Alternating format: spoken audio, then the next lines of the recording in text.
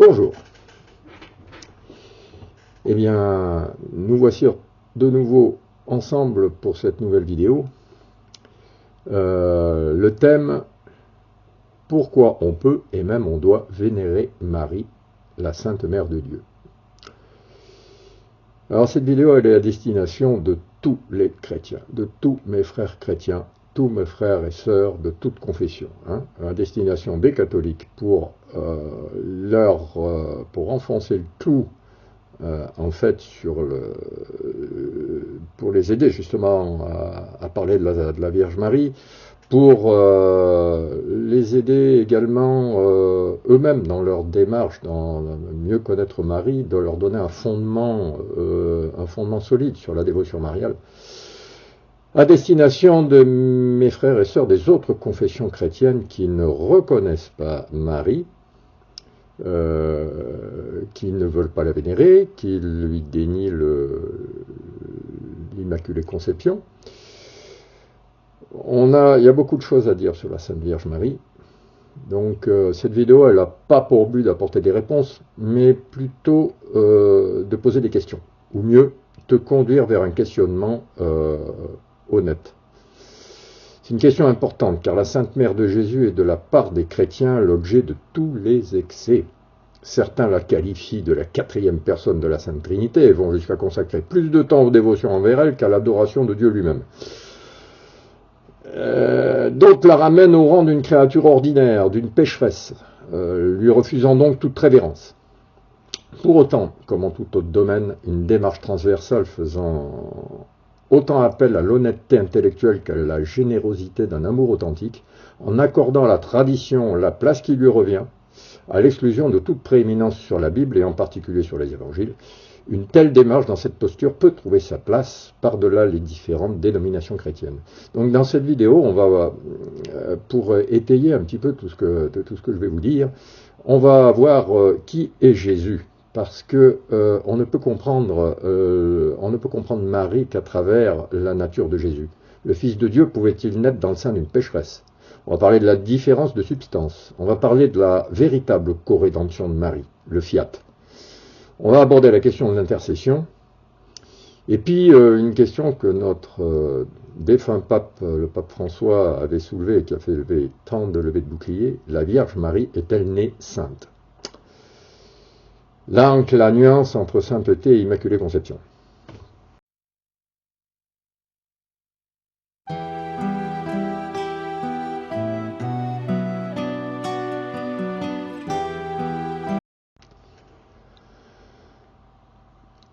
La première chose, faire un état des lieux concernant la Vierge Marie, on est obligé de faire un constat de rejet. Il y a déjà un rejet de la part de l'Église orthodoxe. L'Église orthodoxe refuse, même si l'Église orthodoxe reconnaît Marie comme mère Théotokos, la mère de Dieu, mais il y a des choses chez eux qui ne passent pas à leur niveau. L'Église orthodoxe refuse le dogme catholique de l'Assomption qui enseigne que la Vierge Immaculée, préservée de toute tâche de la faute originelle au terme de sa vie terrestre, fut élevée à la gloire du ciel en son âme et en son corps. Ça, c'était dans l'encyclique Lumen Gentium, paragraphe 59. Par sa définition, l'Église catholique lie le dogme de l'Assomption au dogme de l'Immaculée Conception, qui lui-même est rejeté par les orthodoxes.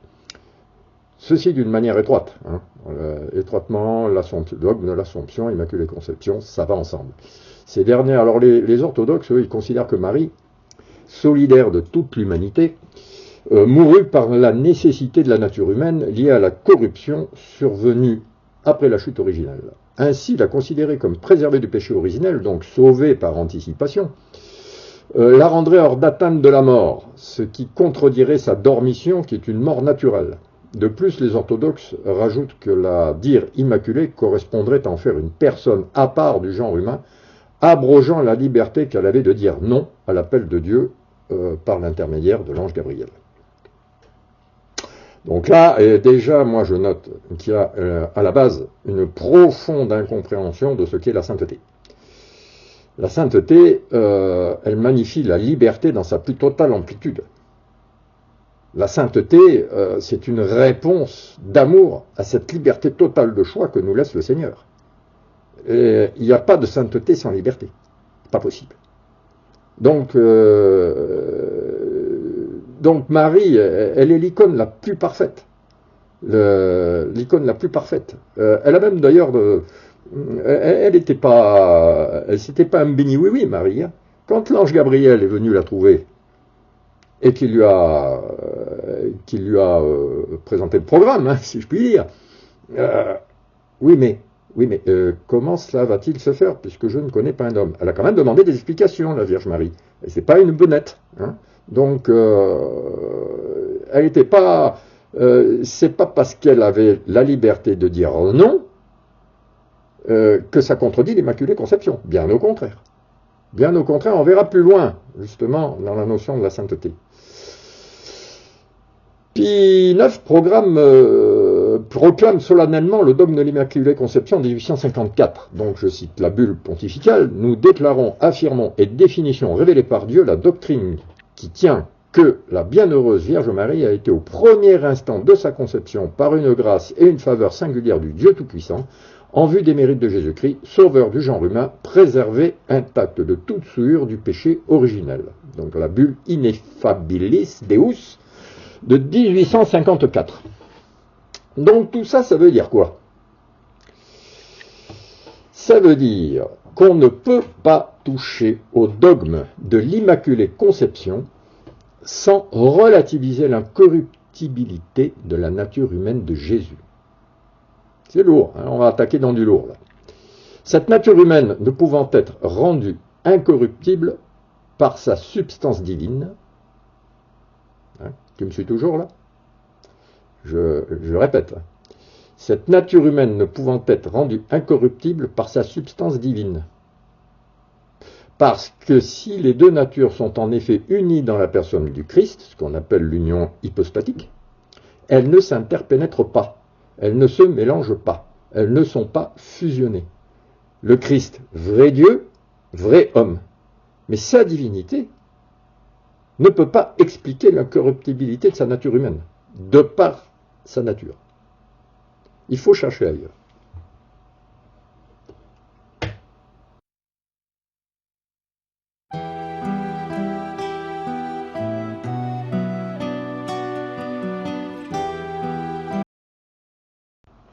Donc, qui est Jésus?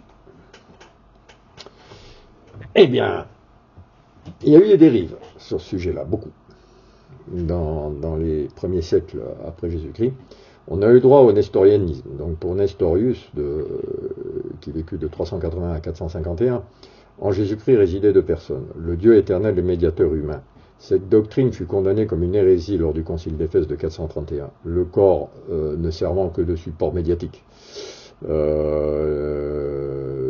Farouche adversaire du nestorianisme, il y eut ensuite Eutychès, qui pour réfuter la double personnalité du Christ, insista tellement sur l'union de ces deux natures qu'il finit par les confondre en une seule nature dans laquelle la nature humaine était absorbée par la nature divine. Cette doctrine-là était une forme de monophyisme. Hein. Il y en a eu plusieurs d'autres hérésies monophysites, mais celle-là était quand même suffisamment conséquente pour provoquer un nouveau concile, le concile de Chalcédoine en 451. Ce concile a réfuté à la fois le nestorianisme, en affirmant un seul et même Christ, sans division ni séparation, et il réfuta le monophysisme en affirmant deux natures sans confusion ni changement. Le Concile affirma l'union de la nature divine et de la nature humaine en une seule personne, l'union hypostatique du Christ. Peut-être utile de comparer ce concept avec la Trinité. On retrouve on peut transposer. Hein, dans le Christ, il y a l'union de l'homme et de Dieu. Dans la Trinité, il y a l'union des trois hypostases. Voilà. En Christ, on retrouve deux natures et une seule personne, union hypostatique, de la même façon, comme le précise le symbole athanasien, qu'on ne développera pas aujourd'hui. J'y consacrerai une vidéo parce que c'est super intéressant. Et ça développe vraiment vraiment qui est Jésus-Christ, vraiment, c'est la personne du Christ, quoi. Mais on a, le symbole athanasien, il fait une comparaison qui est complètement pertinente, en disant qu'il faut une âme rationnelle et un corps pour faire un homme. L'âme rationnelle et le corps, elles ont bien une substance différente, enfin de nature différente, on dira, et sont en interaction permanente dans l'unité de la personne, mais sans aucune fusion ni interpénétration. Hein. Mes muscles, mon système cardiovasculaire, ça vit bien dans mon corps, mais ma pensée, mes émotions, non, absolument, c'est complètement immatériel, il n'y a rien du tout elles ne peuvent pas s'interpénétrer. Par contre, elles sont en interaction. Donc, on peut porter cette même comparaison dans les deux natures du Christ, qui sont parfaitement distinctes à l'exclusion de toute interpénétration. Et donc, sa substance humaine ne peut recevoir l'incorruptibilité depuis sa substance divine. Là, il faut que tu restes bien avec moi. On surfe sur du lourd quand même, faut suivre. Son incorruptibilité à Jésus, celle de son corps adorable, devait être induite, mais non communiquée. On parle d'induction. De par sa condition divine, et non de sa substance divine. Là, suis-moi bien, c'est sa condition divine qui induit l'incorruptibilité de son corps adorable, mais pas sa substance divine qui communique l'incorruptibilité à son corps. Pour réaliser cette incorruptibilité, il faut non une transmission de substance, parce que ça on tomberait dans l'hérésie monophysique, mais il faut une nécessité. Quand je parle que sa condition divine à Jésus induit l'incorruptibilité à son corps. Je parle de condition divine. Et c'est bien développé dans la lettre de saint Paul aux Philippiens, chapitre 2, versets 5 à 8. Le Christ Jésus, ayant la condition de Dieu, ne retint pas jalousement le rang qu'il égalait à Dieu. Donc on parle bien, saint Paul, il parle bien du Christ Jésus qui a la condition de Dieu, mais qui ne retint pas jalousement le rang qu'il égalait à Dieu. Il s'est anéanti, prenant la condition de serviteur, devenant semblable aux hommes, reconnu homme à son aspect, il s'est abaissé, devenant obéissant jusqu'à la mort et la mort de la croix. Donc le symbole athanasien, on le date à peu près de 430, entre 430 et 500. Donc c'était en pleine période d'hérésie, donc il est arrivé à point nommé. Ce symbole athanasien, donc sans le développer, on peut quand même en citer deux versets. Le verset numéro 29, donc en parlant de Jésus, il est Dieu.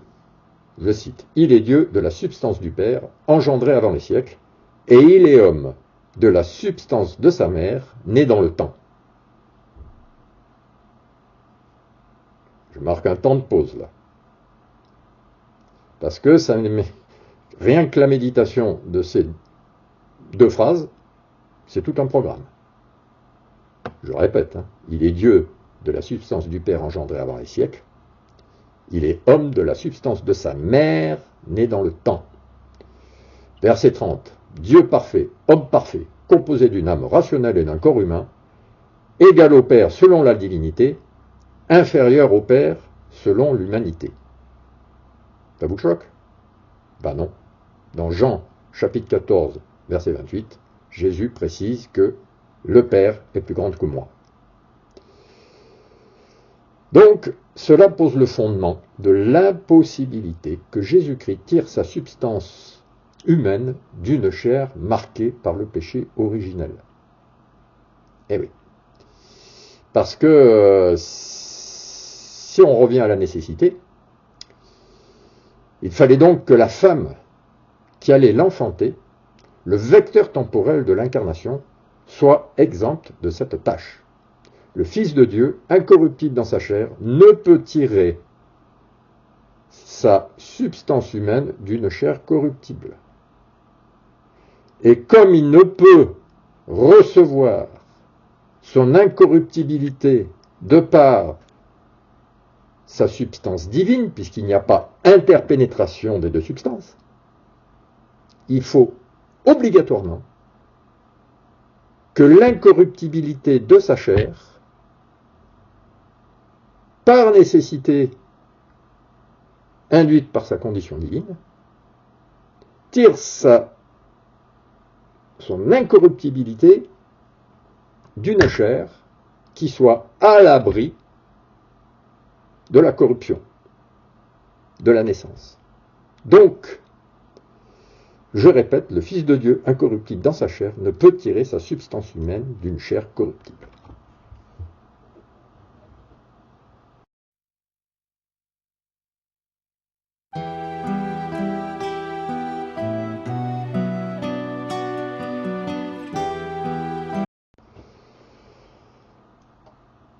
Une deuxième nécessité, qui est induite par celle que je viens d'évoquer, la nécessité de l'Immaculée Conception. Alors, les maculistes, chez les théologiens, on va aborder un terme, les maculistes orthodoxes et les immaculistes. Les maculistes orthodoxes et protestants contestent l'Immaculée Conception, affirmant qu'aucun humain, même Marie, n'est exempt du péché originel. Je discute avec mes frères protestants, mes frères évangéliques. J'ai eu l'occasion d'entendre cette chose-là. Marie est une pécheresse. Marie n'est pas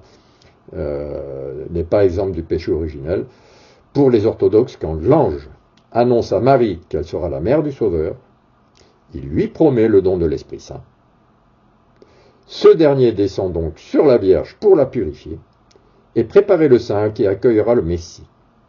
La conception immaculée de Marie leur semble donc étrange. Pourtant, les paroles de l'archange Gabriel sont claires. En Luc 1, verset 35, « L'Esprit Saint viendra sur toi, et la puissance du Très-Haut te prendra sous son ombre. C'est pourquoi celui qui va naître sera saint, il sera appelé Fils de Dieu. » Cette question fait suite à la question de Marie dont je parlais tout à l'heure. Comment cela va-t-il se faire puisque je ne connais pas d'homme? Elle-même faisant suite à l'annonce, voici que tu vas concevoir et enfanter un fils, tu lui donneras le nom de Jésus. Donc l'Esprit Saint est bien venu sur Marie pour la féconder, non pas pour la purifier. C'est le franciscain écossais Jean Dunscott, donc XIIIe siècle, fin du XIIIe siècle, 1266 à 1308, qui défendra l'immaculisme de Marie, la mère de Dieu est sauvée par anticipation des mérites de son Fils.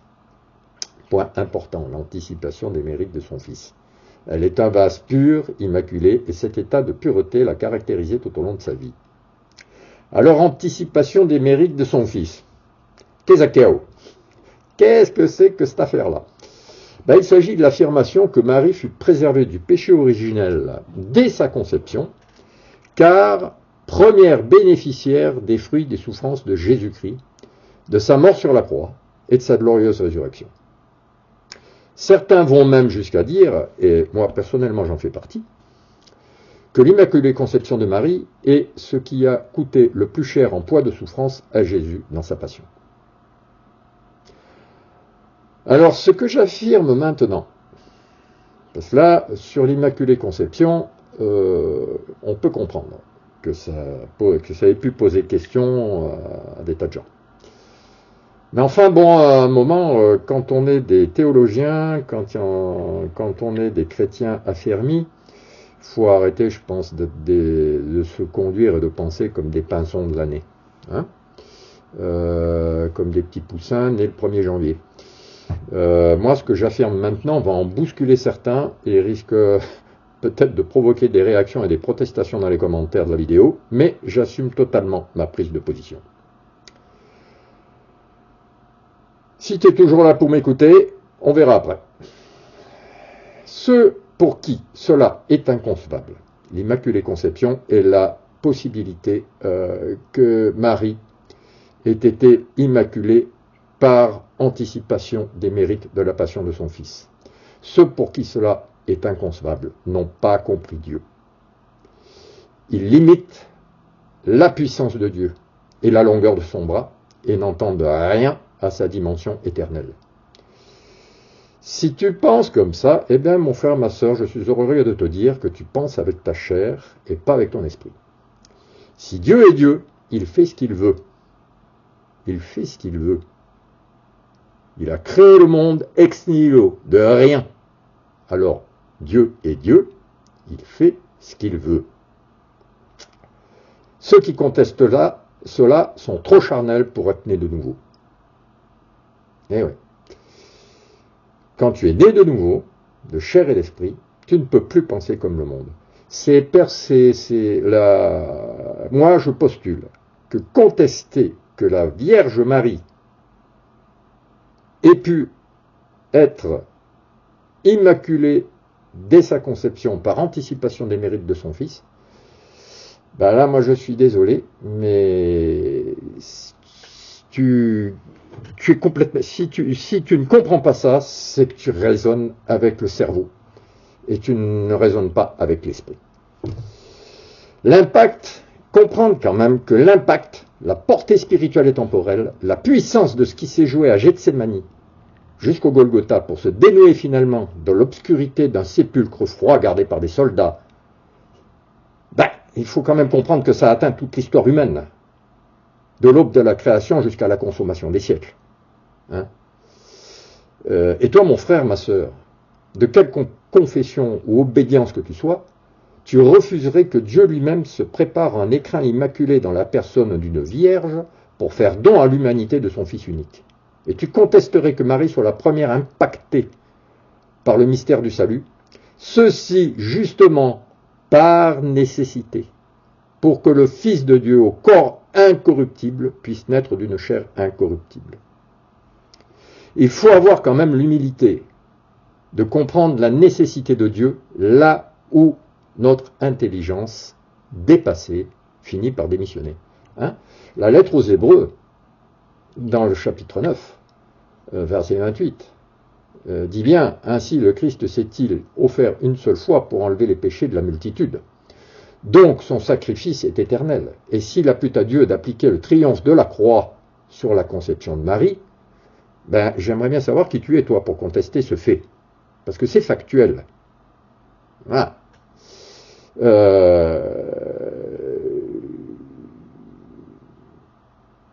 Avec Maurice Lavelle, moi je dirais, le philosophe Maurice Lavelle, je dirais Dieu est Dieu, nom de Dieu. Alors, mon frère, ma sœur, assouplis ta nuque, qui est plus raide que celle des Hébreux, et laisse à l'Éternel cette prérogative divine. Avoue que si tu comprends rien, tu comprends rien, mais si tu comprends pas, alors contemple. Voilà, tout simplement. Laisse à l'Éternel ses prérogatives divines. La Bible elle-même te condamne. En Job 38.2. Quel est celui-là, ou celle-là, je dirais, qui obscurcit mes plans par des propos dénués de sens? Et s'en suivent quand même 3 chapitres. Je ne vais pas te lire là, tu es assez grand pour ouvrir les 3 chapitres suivant le chapitre 38. S'en suivent 3 chapitres qui devraient te ramener à plus d'humilité. Hein? Étais-tu là lorsque je fis, enfin bref, on ne va pas aborder ces chapitres-là parce qu'on n'a pas le temps. Mais je dirais, je reciterai dans cette citation sur Job, le verset 3 de ce chapitre, « Ceins donc tes reins comme un homme, je vais t'interroger et tu m'instruiras. » N'est-ce pas? Donc si tu es toujours là, si tu n'as pas coupé la vidéo, eh bien on va pouvoir aborder le reste. Mais il était nécessaire de refaire une mise au point parce que nous vivons dans des temps où on ne peut plus s'offrir le luxe de dire n'importe quoi. Les temps sont graves.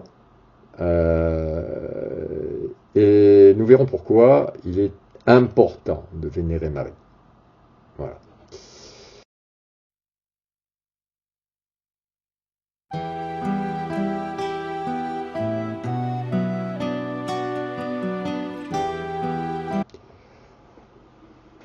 Alors Marie est-elle née sainte? On avait dit en début de vidéo qu'on allait aborder ce sujet-là. En revanche, donc tout ce qu'on vient de dire là, est-ce que tout cela veut dire que la mère de Jésus est née sainte? Immaculée, oui, mais sainte. Alors cette question, elle fut abordée par notre défunt pape François, ce qui provoqua un tollé chez les catholiques. Or, je trouvais cette question, moi, tout à fait pertinente, dans la mesure où l'on ne peut proclamer quoi que ce soit comme vérité, tant que cette vérité ne s'est pas inscrite concrètement dans le temps, c'est-à-dire dans l'histoire. Là, on rejoint le verset 30 du symbole athanasien, le verset 29, Jésus est né de la substance de sa mère, né dans le temps. Voilà, parce que, en dehors de toutes les considérations spirituelles, théologiques, à un moment, il faut que les choses s'inscrivent dans le temps, dans la réalité, ici, maintenant, dans l'instant présent de l'aujourd'hui. Parce que la vie, c'est comme, je ne sais pas si vous vous rappelez, les disques avec les micro-sillons. Hein, on mettait son 45 tours pour écouter de la musique, et il y avait le diamant qui lisait le micro-sillon. Ben, en fait, la vie humaine, toi, tu as ta vie humaine, ta vie est un disque, et tu as le diamant qui lit le micro-sillon. Ni avant, ni après, mais maintenant. Et ta vie, elle s'inscrit maintenant. Et lorsque le pape François a dit que la mère de Jésus n'était pas née sainte, mais qu'il lui a fallu le devenir, ben moi, ça ne me choquait pas du tout. Nous vivons dans le temps, et Jésus a rejoint l'humanité en s'incarnant. Lorsque les temps furent accomplis, dit la liturgie, le salut s'est opéré dans le temps, et de la même façon, il a bien fallu que Marie manifeste sa sainteté tout au long de sa vie. Hein? Une chose est d'être immaculée dès la conception, une autre chose est que cette immaculée conception se manifeste dans le temps. Comprendre, tu me suis toujours, se manifester dans le temps. C'est là, maintenant. C'est au jour le jour que tu écris ton histoire et que tu manifestes la sainteté. Et ce n'est que lorsqu'il est mort que l'on peut dire que quelqu'un est un saint ou un bandit. Car le bandit peut se convertir au dernier moment, tel le bon larron au Golgotha. Et comme dit d'ailleurs, comme il est dit d'ailleurs dans la parole de Dieu, si les justes se détournent de sa justice et tombent dans le crime, on ne peut pas dire, même s'il a été saint avant, eh bien, s'il y a un accident de la vie qui fait qu'il devient un abominable personnage, eh bien, de sa sainteté, on ne s'en souviendra plus. Donc voilà comment il faut interpréter les paroles du pape François.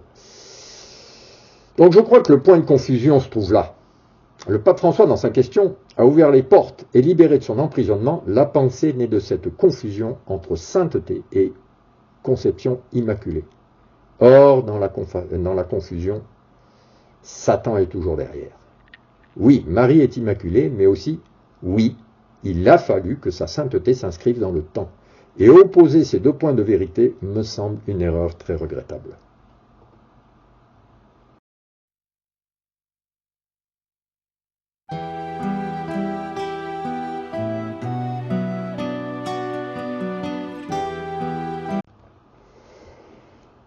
Un autre point, je voulais parler du tombeau de la Vierge Marie. Alors, ceux qui contestent l'Immaculée Conception contestent bien évidemment l'Assomption, puisque de toute façon les deux sont intimement liés. Dans Luc, dans son chapitre 14 au verset 10, alors moi, il y a toujours des différents niveaux d'interprétation dans la parole de Dieu. Parce que la parole de Dieu, elle est tranchante, elle est à double tranchant et elle pénètre jusqu'aux jointures de l'âme et de l'esprit. Et elle a plusieurs niveaux d'interprétation.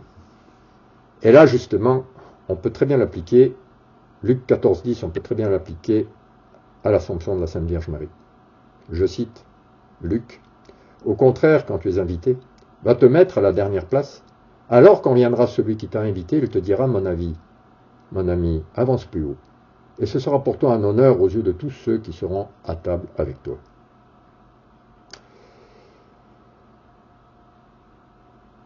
Alors dans le Dans la Bible, on cite Enoch, qui a été enlevé au ciel. Dans Genèse 5, 21-24, c'est ça. Genèse 5, 21-24, le patriarche Enoch est enlevé au ciel. Dans le deuxième livre des rois, chapitre 2, verset 11, Élie est enlevé dans un char de feu.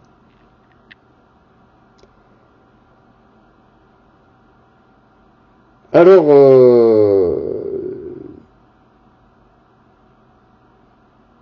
pourquoi est-ce qu'on admet, c'est grave quand même ce que je pose là, pourquoi est-ce qu'on admet que Enoch a été enlevé, que Élie a été enlevé, et pourquoi la mère de Dieu, fait homme, n'ait pas été enlevée. Pourtant, me semble-t-il que les patriarches et les prophètes de l'Ancienne Alliance n'étaient pas au même niveau que dans la Nouvelle Alliance. Jésus lui-même dit en parlant de Jean-Baptiste, qu'il n'y a personne de plus grand que Jean-Baptiste parmi les prophètes, parmi les hommes de son temps, mais que le plus petit dans le royaume des cieux est plus grand que lui. Alors, toi, tu voudrais refuser l'Assomption de la Très Sainte Vierge Marie. Ben, moi, je trouve que ça, c'est un peu fort de café, quoi.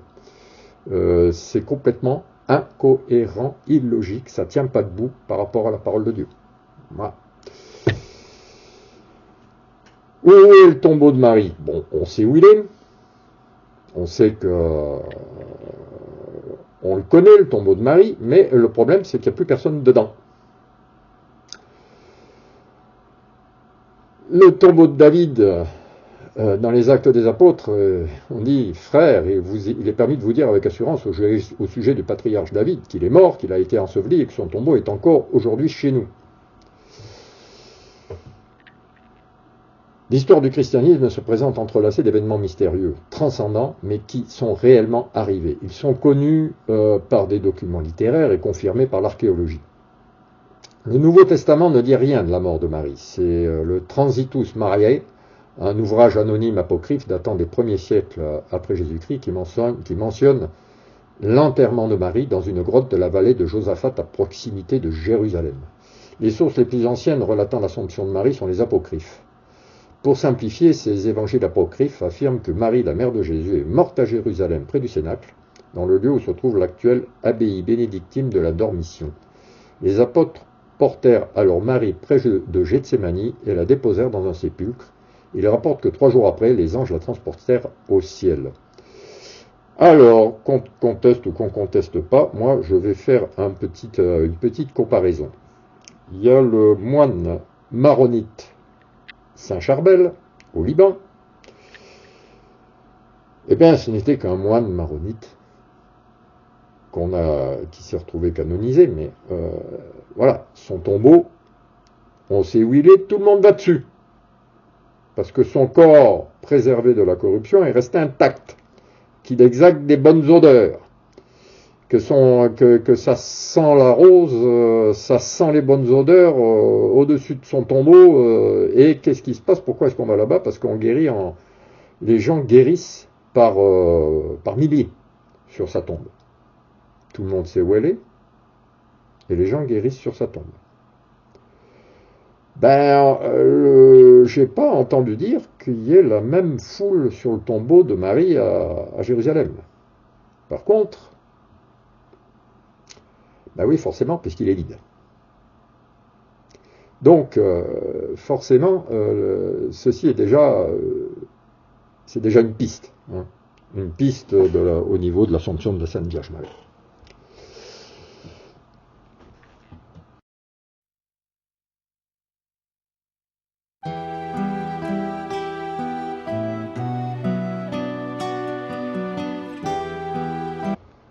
Pour conclure donc sur ce point, je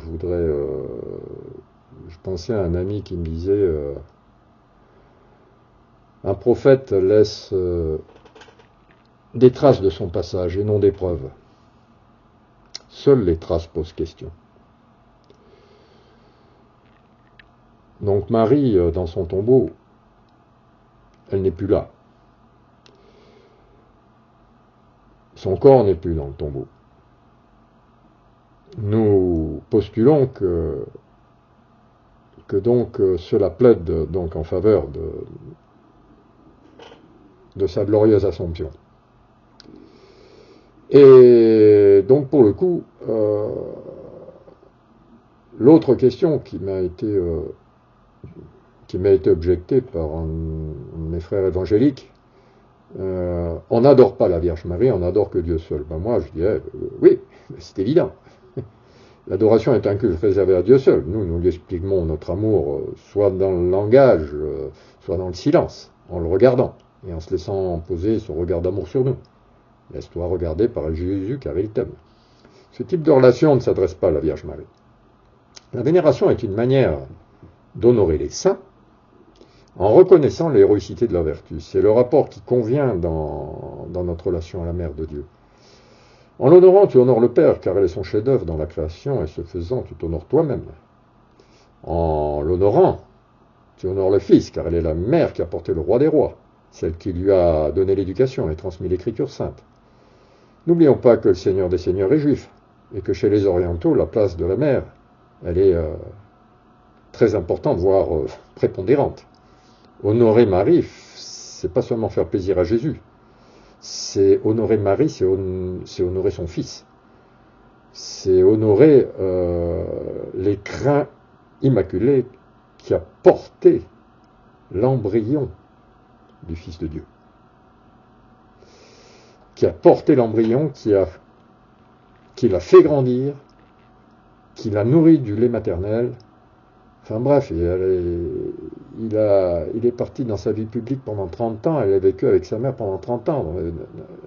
Ignorer sa mère, ça va pas, quoi. Quand on aime Jésus, on ne peut pas ignorer sa mère. Et en l'honorant, tu honores le Saint-Esprit dont elle est le réceptacle.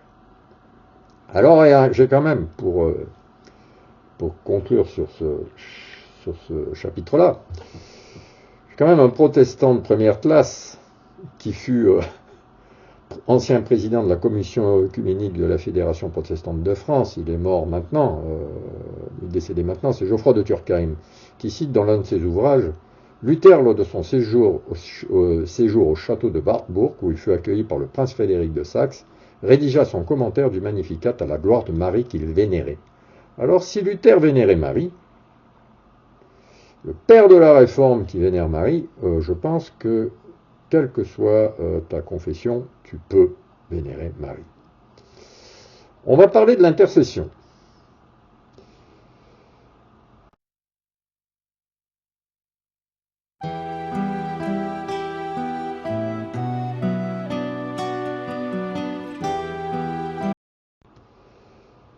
Parce que ça, l'autre raison de vénérer Marie, c'est du fait justement de son Assomption, c'est qu'elle occupe une place privilégiée auprès du trône divin, du fait de son rang privilégié. S'il était erroné, parce moi chez les catholiques, on en trouve des ostrogoths là, un peu illuminés qui la qualifient de quatrième personne de la Sainte Trinité. Non, elle n'est pas de la même substance, elle ne peut pas être la quatrième personne de la Sainte Trinité. Dans son Assomption, par contre, elle a été élevée au rang quasi divin. Quasi divin, ça ne veut pas dire divin. Mais il n'y a pas plus près de la Sainte Trinité que la Sainte Vierge. Mais ça, c'est pas de son fait. C'est de l'initiative de Dieu. C'est de l'initiative de Dieu parce qu'à la suite de son Fils, on reprend Luc 14, 10 que je citais tout à l'heure. Au contraire, quand tu es invité, va te mettre à la dernière place, ce qui convient tout à fait à la Sainte Vierge parce qu'elle était d'une humilité la plus humble. Alors quand viendra celui qui t'a invité, il te dira, mon ami, avance plus haut, et ce sera pour toi un honneur aux yeux de tous ceux qui seront à table avec toi. On imagine on imagine le cortège des saints, on imagine la tête de Satan quand il a vu ça, quoi. N'est-ce pas? Donc Marie devient canal de la grâce, par lequel le Seigneur veut passer pour nous arroser de ses bénédictions. Il pourrait le faire directement. Et d'ailleurs, il le fait, hein, parce que mon frère, ma sœur, qui n'est pas catholique, et qui écoute cette vidéo, là, qui visionne cette vidéo maintenant, tu ne vénères pas Marie, mais tu es quand même béni. Bon, on va pas dire ce que j'ai pas dit. Mais quand Jésus-Christ, nous puissions nous tenir plein d'assurance devant le trône de Dieu, car nous sommes devenus des fils, des héritiers plus que des serviteurs, cela est indéniable. Mais, prendre en compte que notre Dieu est un Dieu de relation. Un Dieu de relation, j'insiste, qui n'a rien à voir avec un Dieu de l'Olympe, ou un Dieu, ou le Dieu des musulmans, le Dieu Allah des musulmans, orchestrant les choses de manière totalement verticale. Il nous veut dépendants les uns des autres. Jésus a fondé une église dont une des principales missions est l'intercession. Dans les assemblées de prière, moi je suis équipé de prière à la IMG, on intercède. On fait des zooms d'intercession avec les hommes, avec les uns, avec les autres. Nous acceptons donc, et même nous sollicitons bien volonté, l'intercession de nos frères et de nos sœurs sur la terre. On fait des demandes de prière, on se téléphone, s'il te plaît, prie pour moi, prie pour un tel, prie pour ci, prie pour ça. C'est l'église militante, ça. C'est celle de la terre. Alors pourquoi on dédaignerait l'aide de l'église triomphante, celle du ciel? Pourquoi se priver de l'intercession de celle dont on sait qu'elle est le mieux placée pour intercéder avec son Fils auprès du trône de la grâce? Quoi, quand même.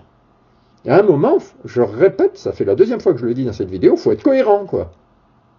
Il faut être intellectuellement honnête. Marie est la garantie que les bénédictions du Père éternel arriveront jusqu'à nous. Là, je fais référence au livre de Daniel, chapitre 10. Dieu règne dans le troisième ciel, et nous sommes sur la terre.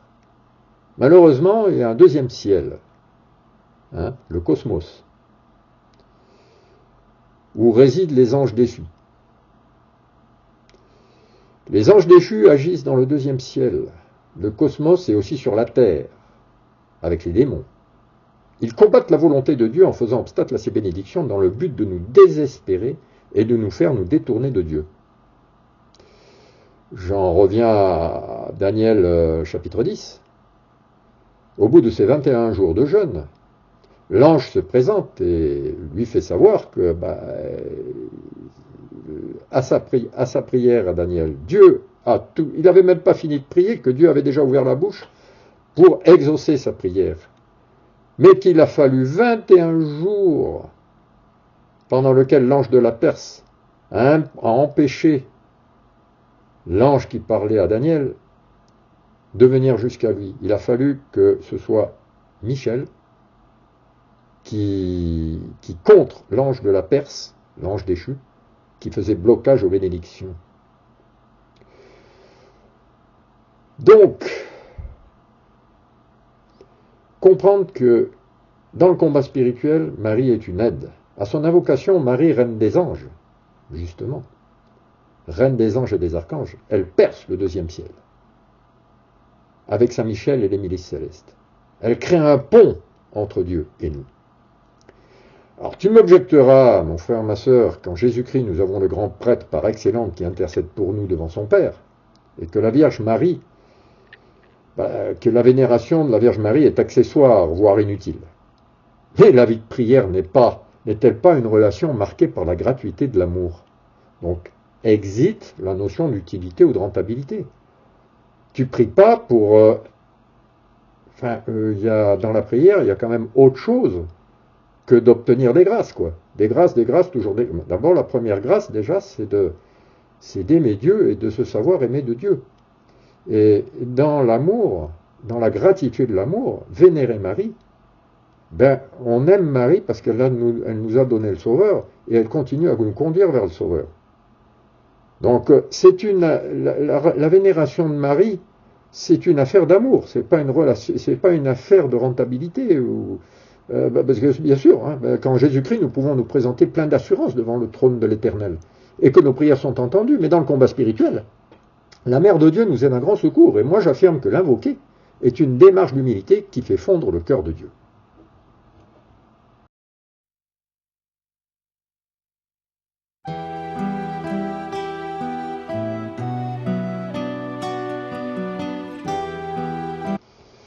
Marie, reine de tous les saints. Alors les détracteurs de cette vision des choses argumentent que lorsqu'une personne est morte, on ne sait pas si elle est auprès de Dieu ou en enfer. Et qu'il faut attendre la parousie, le retour définitif du Christ, pour ressusciter et retrouver son propre corps, et qu'en attendant, on est mort, en point c'est tout. Bon. D'un point de vue strictement charnel, j'en reviens à ça. Ah oui, ok. Ben, si tu en restes là, je veux dire, tu vas pas bien loin dans ta nouvelle naissance. Considérons plutôt que lorsque nous mourrons, nous passons dans la dimension d'éternité. Nous ne sommes plus dans la dimension du temps. Certes, le corps est biologiquement mort, mais il suffit de prendre en compte les innombrables témoignages sur les expériences de mort imminente pour voir que la mort n'est qu'un passage et que l'âme est bien vivante. Les justes de l'Ancien Testament attendaient dans les enfers leur libération, mais c'était sous l'Ancienne Alliance. Le samedi saint, Jésus est venu les délivrer. L'Église catholique ne reconnaît l'état de bienheureux qu'après la manifestation d'un miracle et au terme d'une enquête plus que rigoureuse. Elle ne canonise le bienheureux qu'après un deuxième miracle qui atteste que la personne intercède bien auprès de Dieu qui accorde ce miracle. Lorsque nous prions sur des malades dans les soirées miracles et guérisons, et que les personnes sont guéries, que les esprits mauvais sortent, il ne se passe pas autre chose. Mais c'est l'Église militante qui prie, là, dans ce cas. Pour illustrer cette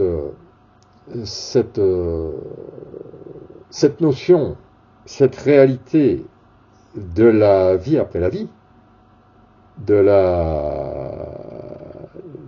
du fait que il y a autre chose que l'attente dans la terre humide du tombeau. Hein. C'est la parabole du pauvre Lazare. Hein. La parabole du pauvre Lazare, le riche il fait bombance, le pauvre Lazare il aurait bien aimé de manger un petit peu de ce que le riche, de ce qui tombait de la table du riche, mais c'était plutôt les chiens qui venaient lécher ses ulcères. Puis un jour le pauvre Lazare meurt, il est enlevé auprès d'Abraham, le riche meurt, il est enterré, et il se retrouve dans la fournaise. Et c'est lui-même qui parle à Abraham et qui lui dit va prévenir mes frères qu'il faut qu'ils changent de vie parce que voilà.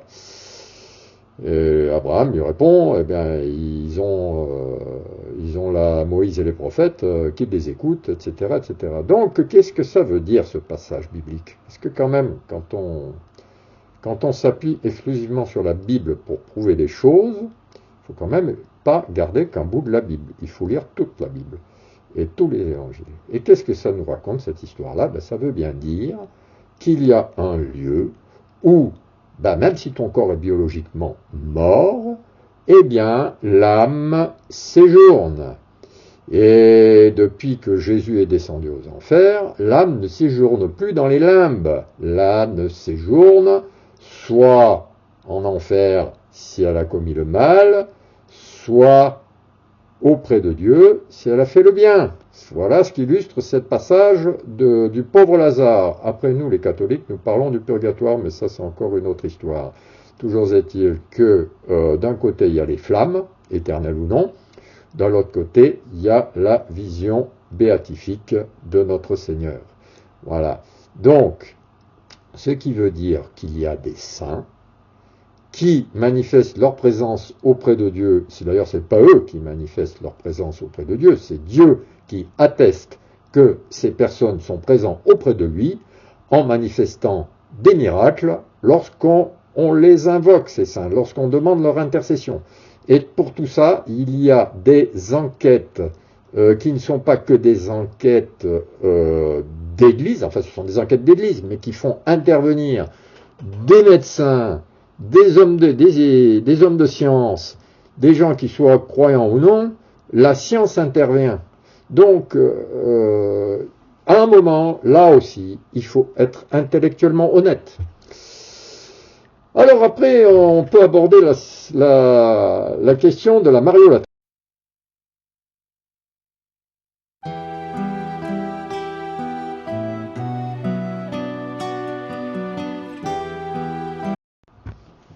Alors la mariolatrie. Mariolatrie, on dit idolâtrie de Marie, quoi.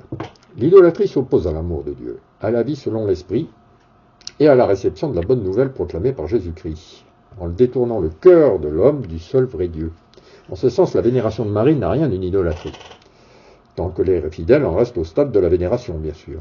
Le coup de la quatrième personne de la Sainte Trinité, on n'est pas loin de la mariolatrie, en effet. Mais bon, c'est pas comme ça que l'Église catholique vénère Marie.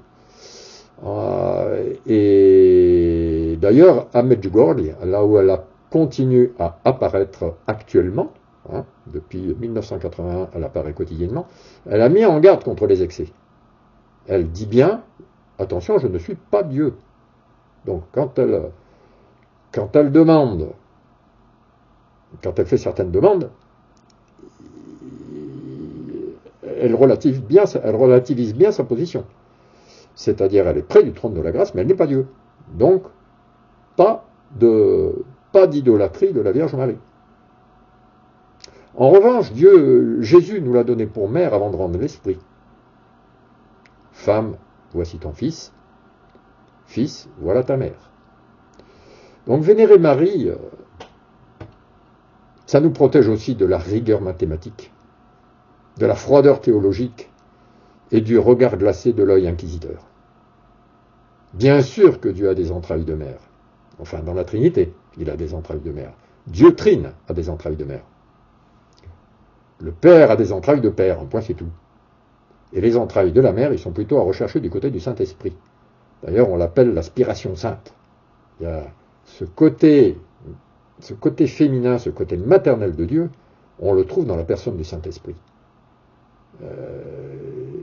Et Marie est reconnue pour être la digne épouse du Saint-Esprit. Puisque, si on reprend l'Annonciation, l'Esprit Saint te prendra sous son ombre, n'est-ce pas? Donc, elle a fait les dignes épouses du Saint-Esprit. Ensuite, il y a un autre aspect aussi des choses. On est toujours dans la relation d'amour. Avoir une mère quand on n'en a pas eu. Une épouse pour notre âme lorsqu'on boit le breuvage amer du célibat non désiré. Une sœur et une amie quand on se sent seul au monde. Rien que pour ces raisons, tu peux déjà vénérer la mère de Jésus qui est aussi la tienne. Pourquoi? Parce que justement, elle est de la même pâte que toi, excepté le péché, comme Jésus. Les latins, les orientaux, les hispaniques, tous sont extrêmement mariaux.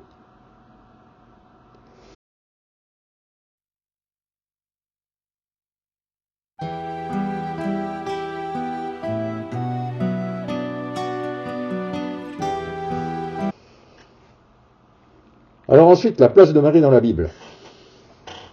Alors c'est vrai que Marie est très peu abordée dans la Bible, pourtant il y a quand même des textes. Il y a quand même des textes qui sont quand même annonciateurs. On a d'abord, premièrement, l'annonce des prophètes. Premièrement, on peut déjà citer le Cantique des Cantiques.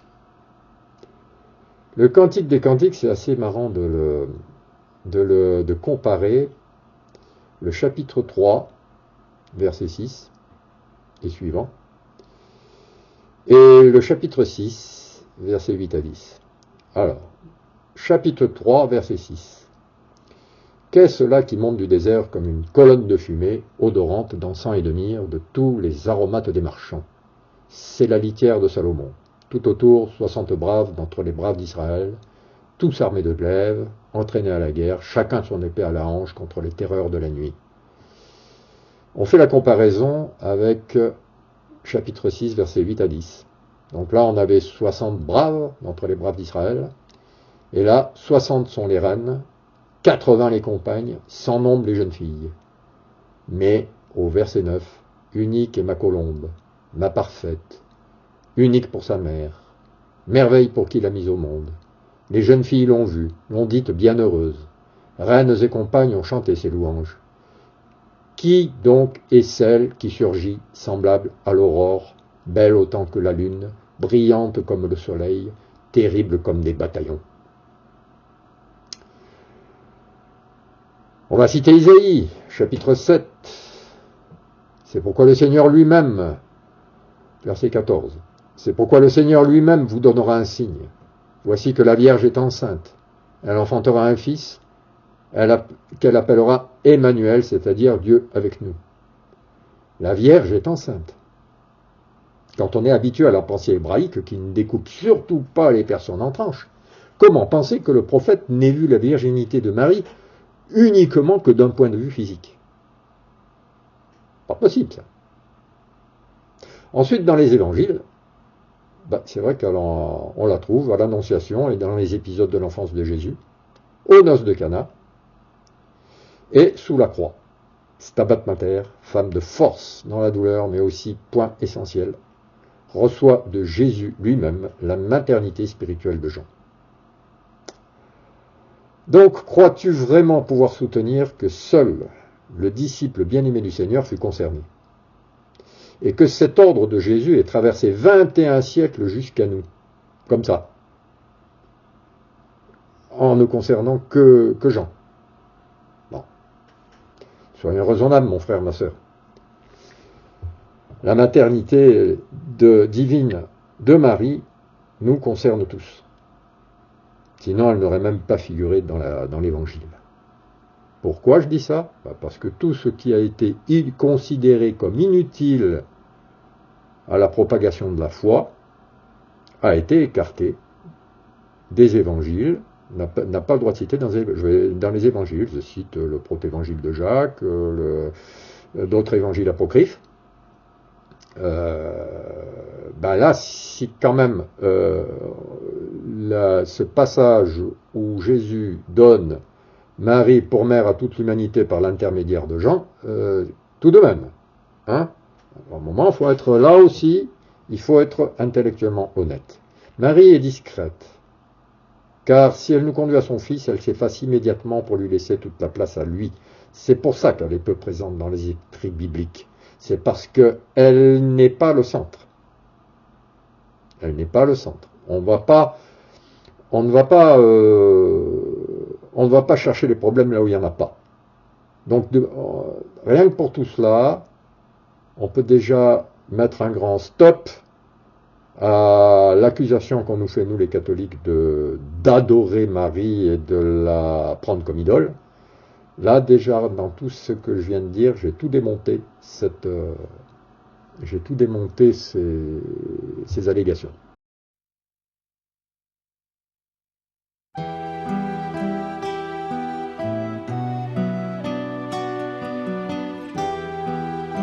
La véritable corédemption de Marie, parce que là aussi on nous bassine avec la corédemption de Marie. Alors, Marie corédemptrice, oui, sans aucun doute, mais pas pour les raisons qu'on croit. Marie corédemptrice, dans l'acception habituelle, pour moi c'est une vision fausse, parce qu'elle est centrée uniquement sous la souffrance de la mère. Tout aussi radicale qu'elle soit, la souffrance de Marie ne suffit pas à elle seule à faire d'elle la corédemptrice. Seul son Fils est rédempteur. Mais si corédemption il y a, c'est dans son obéissance au plan de Dieu. Certains théologiens disent « le ciel entier a retenu son souffle, car tant qu'elle n'avait pas prononcé la phrase « Voici la servante du Seigneur, qu'il m'advienne selon ta parole », on ne savait pas si le plan de Dieu aboutirait. Le sort de l'univers tout entier était suspendu à la disponibilité d'une jeune fille totalement inconnue dans un pays du Moyen-Orient. Donc, si Marie est corédemptrice, c'est bien là. Car si elle n'avait pas dit oui, la rédemption Le projet de rédemption du Père éternel était tué dans l'œuf. Là, on rejoint ce qu'on disait tout à l'heure. Il a fallu que Marie écrive sa sainteté dans la réalité de l'histoire de l'époque.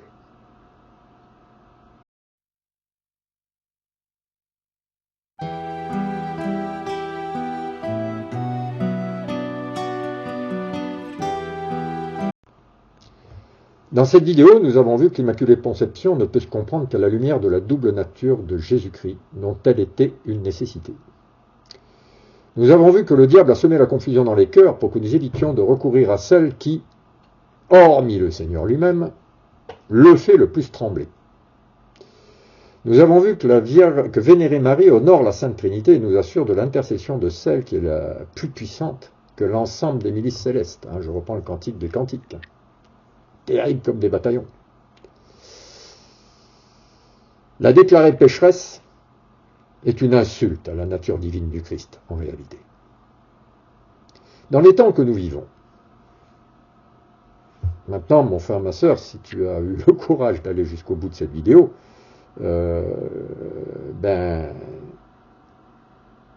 soyons honnêtes. Et j'en appelle à ton intelligence. Dans les temps que nous vivons, ouvrons nos cœurs et ne nous enfermons pas dans des carcans religieux. L'esprit religieux nous impose un format établi. Tu adhères à ce format ou tu n'y adhères pas. Sois plus intelligent. Garde ce qui est bon, ce qui est vraiment de l'ordre de l'amour, et rejette ce qui conduit à l'étroitesse d'esprit et à la rigidité de la pensée. Je vais citer Matthieu 13, versets 47 à 50. Là, ce passage de l'Évangile explique par rapport à la moisson et au jugement.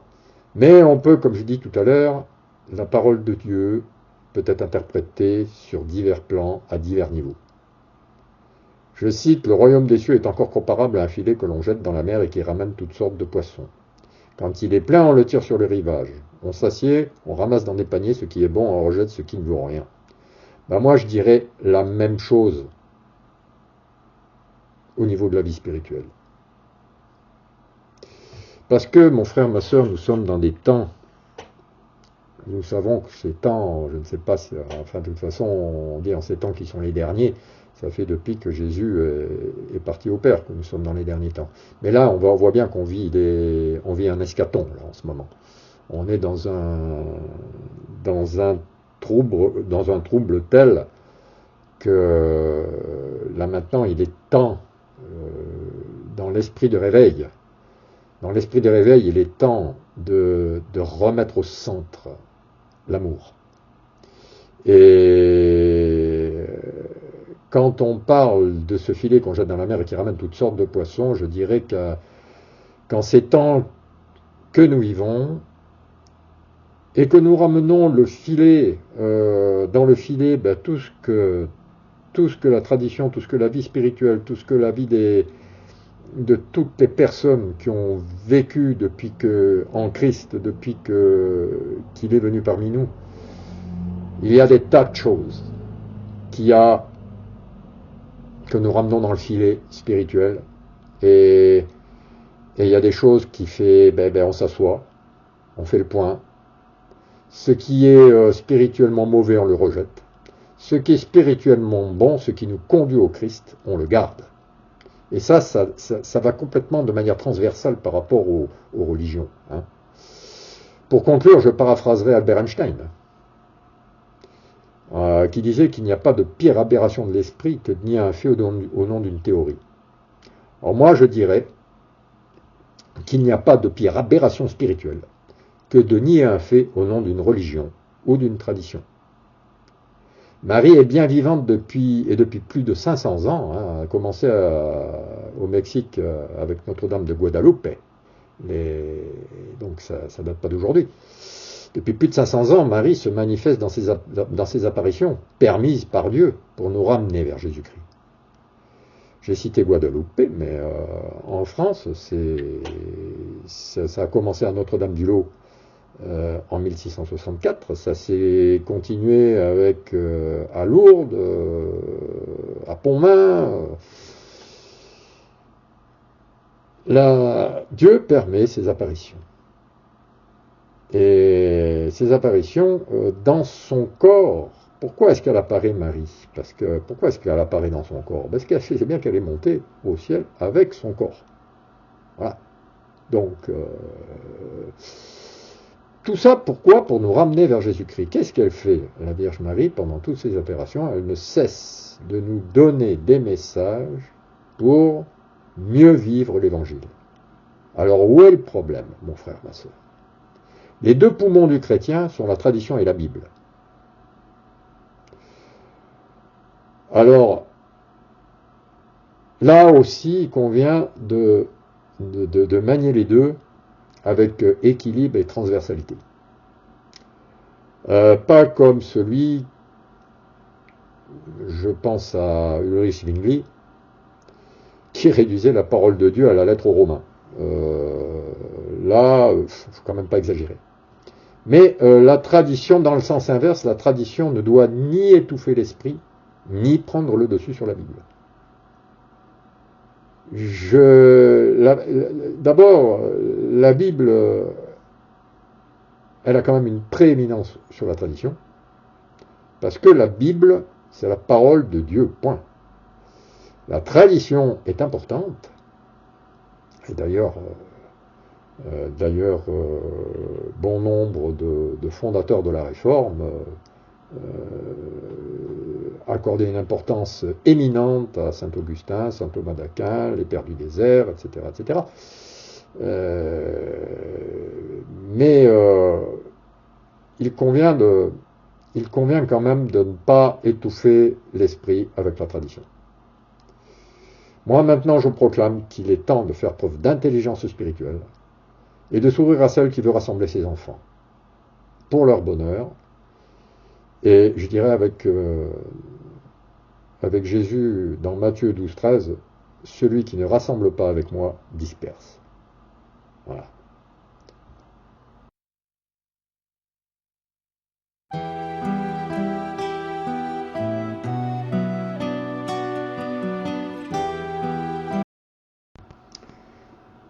Alors je voudrais terminer cette vidéo sur un témoignage personnel, parce que Marie, moi, elle m'a attrapé par la peau du cou plusieurs fois dans ma vie. Donc la première fois en 1983, dans la basilique de Notre-Dame-du-Lot, dans les Hautes-Alpes, à côté de Gap. J'avais 23 ans, j'étais en garnison à Metz, en Lorraine, et à l'occasion de ma permission d'été, mon mois de vacances, ma grand-mère, qui m'avait invité à un repas de famille dans le secteur de Gap, justement, me dit viens manger avec nous, et après le repas, nous irons au lot. Pour moi, ça, c'était une grande inconnue. Moi, je n'étais plus du tout dans le Seigneur. D'ailleurs, depuis mon enfance, j'ai fait mon catéchisme comme tout le monde, mais j'ai jamais vraiment été dans le Seigneur. Je n'ai pas eu de vie de prière, une vraie vie de prière, quoi. Je ne savais pas ce que c'était. Donc je rentre dans la basilique après le repas, on fait ce qu'on a dit, on se pointe en famille à Notre-Dame-du-Lot, je rentre dans la basilique et j'en sors dans le même état que je suis rentré. Enfin du moins je croyais, parce que quand je suis remonté, que j'ai repris le travail, que j'ai repris mes permanences la nuit, au lieu de chercher à dormir, je me suis mis à prier des Ave Maria par flot. Et c'est là que ma vie spirituelle a démarré. Et ça s'étale sur plusieurs décennies. Arrive l'an dernier, je ressens le profond désir de commander une médaille de la rue du Bac, celle que je porte là. Voilà, médaille de la rue du Bac, appelée autrement médaille miraculeuse. Ma grand-mère m'en avait offert une quand j'étais adolescent, mais je l'avais perdue, bien sûr. Et donc, j'ai ressenti le besoin de la commander, je l'ai fait bénir par un prêtre. Eh bien, c'est que Marie, elle m'a eu quand même je m'y attendais pas de cette façon. Elle m'a pris, elle m'a conduit. Ça fait 1 an, elle me conduit, devinez qui? Elle me conduit chez les évangéliques. enfin, pas dans l'église évangélique proprement dit, mais à l'Association internationale de ministère de guérison, AIMG, où je côtoie des évangéliques. C'est une amie évangélique me fait connaître MCI TV, donc une chaîne évangélique basée au Canada, avec des pasteurs de qualité remarquable. Et en pleine conférence de Pentecôte, que j'ai suivie par YouTube avec mon épouse, on a reçu des grâces, mais des grâces, mais des grâces. Ma vie spirituelle, elle est partie en fusée, en fusée, à la verticale. C'est Marie, comme quoi Marie, elle se moque éperdument des querelles de clochers, elle se moque éperdument des dénominations. Elle est l'épouse du Saint-Esprit, et le Saint-Esprit passe où il veut. Le Saint-Esprit fait ce qu'il veut et elle nous guide, Marie. Elle nous guide avec son divin époux, le Saint-Esprit. Elle nous guide vers le Christ, vers Jésus. Et là, ça fait 1 an que ma vie spirituelle a pris un tournant absolument insoupçonné. Un feu que j'ai retrouvé, que j'avais perdu. Franchement, moi je te dis, mon frère, ma soeur, confie ta vie à Marie. Par contre, attends-toi à être bousculé parce qu'elle va te conduire sur des chemins que tu ne connais pas et auxquels tu ne t'attends pas. Mais je te garantis, je te promets, mon frère, ma soeur, suis Marie sans l'ombre d'un doute, d'un scrupule. Vraiment, elle va te mener loin. Tu ne soupçonnes même pas où est-ce qu'elle va te mener. Sois béni, mon frère, ma soeur. Que le Seigneur bénisse tous ceux qui écoutent cette vidéo et ceux qui couperont en cours de route, peut-être, parce qu'ils auront été bousculés par les propos que j'ai tenus. Mais voilà. Amen, alléluia. Gloire à Dieu, gloire à Jésus.